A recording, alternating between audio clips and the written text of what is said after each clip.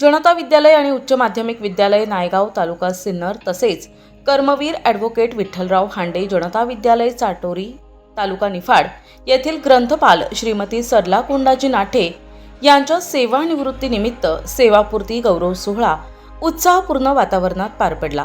सोमवार दिनांक 6 एप्रिल 2026 रोजी सकाळी 10 वाजता कुलस्वामिनी लॉन्स चितेगाव फाटा नाशिक छत्रपती संभाजीनगर रोड येथे या कार्यक्रमाचे आयोजन करण्यात आले होते। विविध मान्यवरांच्या उपस्थितीत हा सोहळा संपन्न झाला। कार्यक्रमास ॲडव्होकेट नितीनजी ठाकरे, सरचिटणीस मराठा विद्या प्रसारक समाज नाशिक यांची प्रमुख उपस्थिती होती। कार्यक्रमाच्या अध्यक्षस्थानी माननीय बाळासाहेब क्षीरसागर, सभापती मराठा विद्या प्रसारक समाज नाशिक, विश्वासराव मोरे उपाध्यक्ष मराठा विद्या प्रसारक समाज नाशिक यांच्या शुभ हस्ते सरला कोंडाजी नाठे यांना सन्मानपत्र प्रदान करण्यात आले। स्वागताध्यक्ष कृष्णाजी भगत, संचालक मराठा विद्या प्रसारक समाज नाशिक यांनी उपस्थितांचे स्वागत केले। प्रमुख पाहुणे म्हणून शिवाजी अप्पा गडाख, रमेशजी पिंगळे, शोभा बोरस्ते तसेच विष्णुपंत म्हैसधुणे यांच्यासह अनेक मान्यवर उपस्थित होते। यावेळी शालेय समित्यांचे पदाधिकारी, पालक संघ, माजी विद्यार्थी संघ, शालेय मंत्रिमंडळ, शिक्षक आणि शिक्षकेतर कर्मचारी मोठ्या संख्येने उपस्थित होते। आपल्या सेवा काळात सरला कोंडाजी नाठे यांनी ग्रंथपाल म्हणून विद्यार्थ्यांमध्ये वाचन संस्कृती रुजविण्यासाठी उल्लेखनीय कार्य केले। त्यांच्या कार्याचा गौरव करत उपस्थितांनी त्यांच्या प्रामाणिक आणि समर्पित सेवाभावाचे कौतुक केले। समारोप प्रसंगी सर्व मान्यवरांनी त्यांना पुढील आयुष्यासाठी उत्तम आरोग्य आणि यशस्वी वाटचालीसाठी मनपूर्वक शुभेच्छा दिल्या। चांगला सत्काराचा कार्यक्रमाला इथे उपस्थित राहता आलं। खरं म्हणजे निफाड तालुक्यामध्ये त्या काळामध्ये शिक्षणाचं प्रमाण तसं फार कमी होतं, परंतु तरीसुद्धा या परिवारातील या मॅडमने इथं शिक्षण घेतलं आणि ग्रंथपालाची नोकरी संस्थेमध्ये केलेली आहे। आणि हे करत असताना नायगाव आणि चाटोरी या 2 विद्यालयांमध्ये जास्तीत जास्त त्यांची सेवा झालेली आहे। खऱ्या अर्थाने ग्रंथपालाची जी भूमिका आहे ती सुद्धा फार महत्त्वाची असते। ज्याप्रमाणे वर्गामध्ये आपण शिकवण्याचं काम करतो, वेगवेगळे विषय शिक्षक शिकवत असतात, गणित असेल, इतिहास असेल, भूगोल असेल, या सगळ्या शिक्षकांचं सुद्धा महत्त्व आहे। परंतु हे करत असताना या विद्यार्थ्यांच्या सर्वांगीण विकासाकरता जर आपल्याला त्याचं व्यक्तिमत्व घडवायचं असेल, त्याच्या व्यक्तिमत्वाला पैलू पाडायचे असतील तर पुस्तकांसारखा दुसरा मित्र त्या, परंतु त्या बाबतीमध्ये आपण संस्थेच्या माध्यमातून आपल्या स्तरावरती या सगळ्या लोकांची नेमणूक करत असतो। आणि बऱ्याच ठिकाणी आपण बघतो की आता ग्रंथालय हे वापरलेच जात नाही। बऱ्याच ठिकाणी ग्रंथालयाचं काम करायला कोणते शिक्षक तयार नाही। या अशा अडचणींमधून आपण जातो आहे। परंतु मी पुन्हा सांगेन की ग्रंथाचं जे महत्त्व आहे ते अजूनही कमी झालेलं नाही। केवळ आपलं जे काही पुस्तकं म्हणजे टेक्स्ट पुस्तकं जे आहेत, अभ्यासक्रमामध्ये जे पुस्तकं आहेत त्याचं तर वाचन विद्यार्थी करतातच, परंतु या शिक्षण क्षेत्रामधल्या प्रत्येक ज्या काही जे पदं आहेत त्या प्रत्येक पदाचं त्याच्या दृष्टीने महत्त्व आहे। आत्ताचा जो जमाना आहे तो ऑनलाईन पद्धतीने आपण बऱ्याच गोष्टी बघतो, पुस्तकंसुद्धा बरेचसे ऑनलाईन पद्धतीने येतात। परंतु खऱ्या अर्थाने जर आपण बघितलं तर पुस्तक जे फिजिकल फॉर्ममध्ये आपल्या हातामध्ये आल्यानंतर जो काही त्याचा फील असतो तो फार महत्त्वाचा आहे।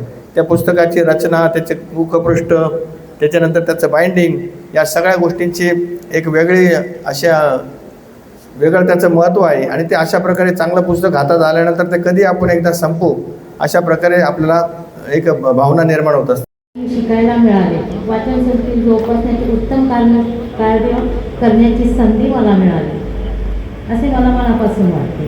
वाचन हीच खरी संपत्ती आहे हे मी विद्यार्थ्यांना नेहमी सांगते। विविध पुस्तकं वाचून माणूस समृद्ध होतो याचा अनुभव मी प्रत्यक्ष माझ्या या कार्यात माझ्या पतीची साथ, मला खंबीर अशी साथ मिळाली आणि जी आज मी तुमच्या पुढे उभी आहे ती त्यांच्यामुळेच। त्यांच्यानंतर ते गेल्यानंतर त्यांच्या पाठीशी माझे वडील यांनी आजपर्यंत ते माझ्यासोबत आहे, त्यांची खंबीर साथ अशी मला आहे। या प्रवासात मला माझ्या अनेक संस्था, सहकारी, विद्यार्थी व कुटुंब यांचा मोठा पाठिंबा व सहकार्य मिळाला। आज असले तरी नोकरीत रुजू झाल्यापासून अनेक आठवणी माझ्या मनात घर करून आहेत। सर्वजण आपला बहुमूल्य वेळ काढून उपस्थित राहिला त्याबद्दल मी सर्वांची ऋणी आहे. मी सर्वांचे आभार मानते आणि सर्वांना माझी विनंती आहे की स्नेहभोजनाचा आस्वाद घेतल्याशिवाय कोणीही जाऊ नये.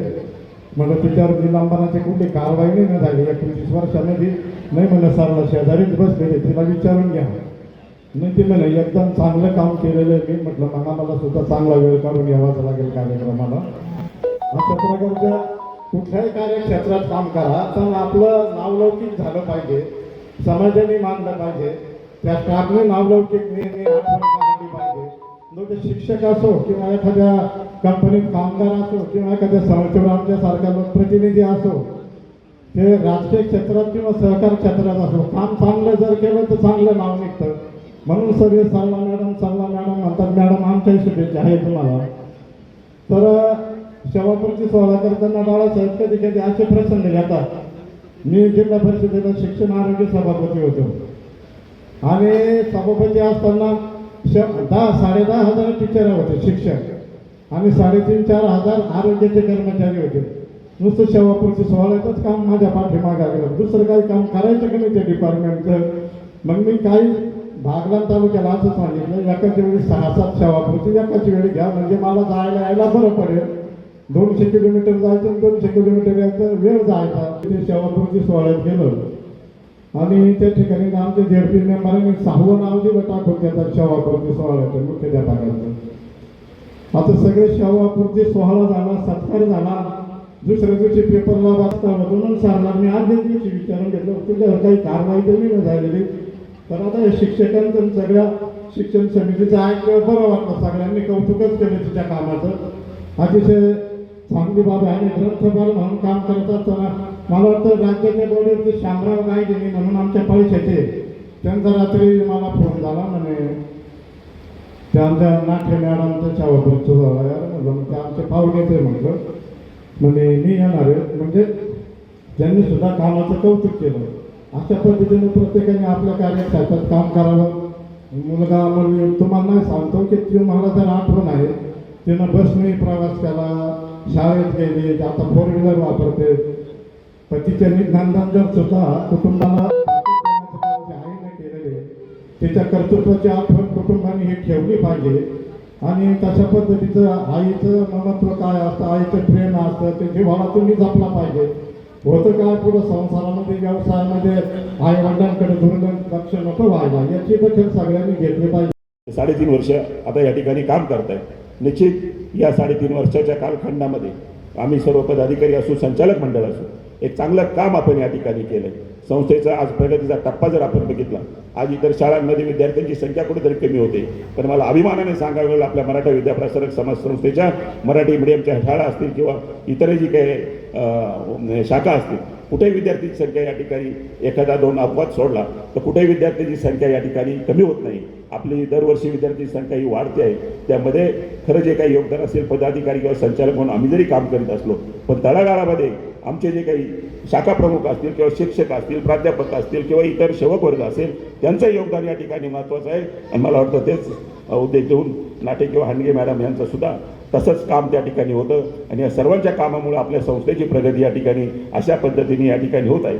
अजूनही बरंच या ठिकाणी होत असलं, परंतु येणाऱ्या नवीन सेवकांना या ठिकाणी जो काही मला वाटतं सरांनी अपेक्षा व्यक्त केली की कोणतं ग्रंथालयाचा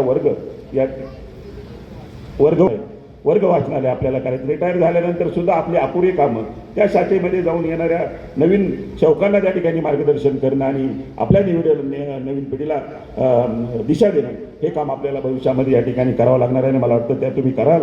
शेवटी तुम्हाला या ठिकाणी रोजची जी सवय या ठिकाणी लागली, आपल्या शाळेत आपला डबा घेऊन किंवा गाडी घेऊन जायची, ती 31 तारखेनंतर मॅडम तशी 31पर्यंत अजून आहे. 31 तारखेनंतर खऱ्या रिटायर होणार आहे, परंतु सुट्ट्यांमुळे तो कार्यक्रम या ठिकाणी अगोदर होतो. 31 तारखेनंतर तुम्हालाही ते चुकल्यासारखं आपले शाळेत आपण कधी जायचं, तरी ती आठवण मॅडमला करून द्या का आता तुम्ही रिटायर झालाय.